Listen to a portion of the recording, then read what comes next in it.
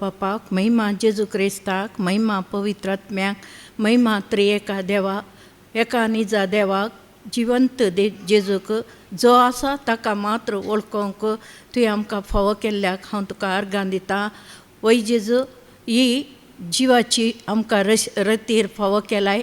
आमी हांगा येवंक फावो न्हय आसले सोम्या, आमी येना म्हणून आसले, आमकां गत्त नाटले कितें कशी रतीर म्हणून. आज तुवें तें आमकां फावो केले सोम्या.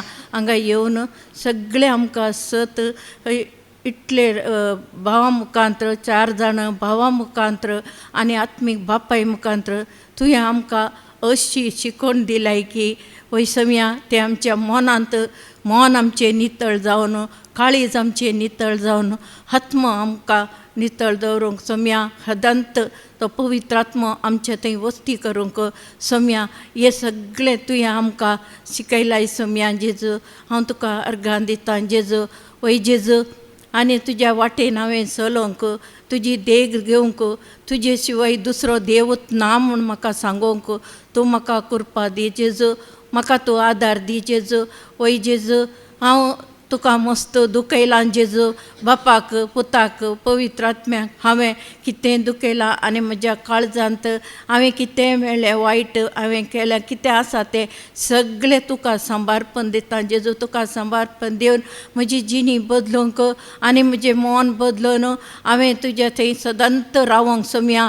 हप्त्याक 1 पटी येवची आसली, म्हाका तुवें 2 पटी तुज्या पांयां तळें येवंक तूं आपण हाडल्याक हांव तुका अर्गां दितां. अशेंत आमच्या कुटुंबाच्यांनी हर एकल्यांनी तुज्या पांयां तळें येजय आनी तुका गोंडायेन जाणा जावंक तूं म्हाका कृपा दी जेजू. तूं म्हाका आदार दी जेजू. आनी हांव तुजे लागीं मागतां जेजू, कित्याक तुवें सांगलाय हांवूच वाट सत जिवीत म्हणून सांगलाय. म्हज्या मरीपात गेल्ल्या बगर कोणाच्यानी बापा कुशीन वचूंक जायना म्हणलाय जेजू. वय जेजू, कित्याक हांव सर्गींत हांव देवन आयिल्लो खरो उंडो, जिवो उंडो, जो खाता तो सशनांक जियेता. हांव दिता तो उंडो संवसाराक जिवीत मेळच्याक म्हजेंत मास म्हणून सांगलाय. वो संवसार अंतरतलो, तेजे वंदणे अंतरतले. कोण देवाची खुशी करता तो सदांकाल वाळटलो म्हणलाय सोम्या जेजू. हांव तें सत म्हणटा, कित्याक आकाश सरतलो, भुमी सरतली जाल्यार म्हजी उतरां केदींत सरची ना म्हणून सांगलाय सोम्या. तुजे उतार केदींत सरचे ना, कित्याक चोर येता आमकां चोरूंक आनी लुटूंक इबाड करूंक. तूं आयलाय म्हाका जिवीत दिवंक. आज तुवें म्हजे थंय जीव मात्र आसलो जेजू, जिवीत नाटलें. हांव जिवीत नासतना आमी भोंवन आसलें. आज तुवें म्हाका भरोन ओमतांच्या मापार जिवीत दिलाय जेजू. हांव तुका अर्गां दितां जेजू. आनी एक म्हज्या कुडीची म्हजे थंय टायरॉयड आसलो, हाय टायरॉयड आसलो. डॉक्टरान सांगलें TM पळयत तुका तें टायरॉयड हाय आसा, तुवें कंटिन्यू वखदां घेवचें आनी कंटिन्यू हॉस्पिटलाक येचें म्हणून सांगलें.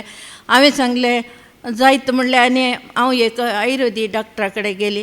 ताणें सांगलें म्हाका तूं हे मात्रे घेयनाका, काण्ण उडय म्हणून सांगलें. तुका कांय ना, देव सगळें तुका बरें करतलो म्हणून अनबर्तीन म्हाका एक सांगलें. मागीर तेजे मागीर म्हाका पित्ता कोशांत फातर आसलें, किडणेंत फातर आसलें. हांवें इतलें जेजू कडेन सांगलें, जेजू तुवें खुशी हेल्यार म्हाका बरें करूंक जाता आनी कोणाच्यानी जायना जेजू. डॉक्टराच्यान सयती जायना, कित्याक डॉक्टर ऑपरेशन करीचें म्हणलें. हांव कितल्या हॉस्पिटलाक गेली, व ना तुजे हेजें पित्ताकोस ऑपरेशन करनूच काडीचें म्हणून सांगलें. जाल्यार हांवें थंय वचून हॉस्पिटलाक नाका म्हणून फाटीं येवन घरा येवन जेजू कडेन हांवें मागलें. जेजून सांगलें कांय भियेनाका, हांव तुज्या सांगाता आसा. म्हज्या जायते वंत उजव्या हातांनी हांव तुका उखल धरतां. तुजें कितें आसा तें हांव काण उडयतां म्हणून सांगून जेजून म्हज्या पित्ताकोसाचे फातर आसले नात. डॉक्टरा कडेन वचून चॅक करतना टायरॉयड ना, म्हाका किडनेंत आसले फातरी ना. हे म्हज्या जेजून हे काण उडयलाक हांव जेजूक काळजांत हांव अर्गां दितां, होगलाप दितां, स्तुती दितां, वंदन दितां. आनी हांगा आमकां 5 दीस आमकां देवा हांगा भावांनी भायर काम करच्या भावांनी आनी सगळ्यांनी आमकां हर एकल्याक ताणें राखून हेल्ल्याक आनी बरें जेवण कुडीचें दिल्ल्याक आनी आत्म्याचें खाणी आमकां 4-5 दीस आमकां बरेंतलें बरें दिल्ल्याक हांव जेजूक अर्गां दितां.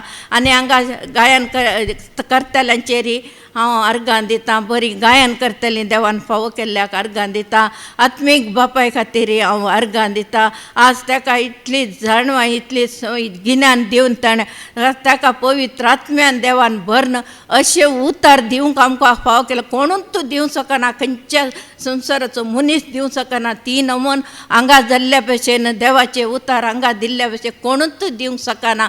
हांव देवाक काळजांत हांव अर्गां दितां. इतलें केल्ल्या देवाक हांव अर्गां दितां. हांव ऋणी रावतां.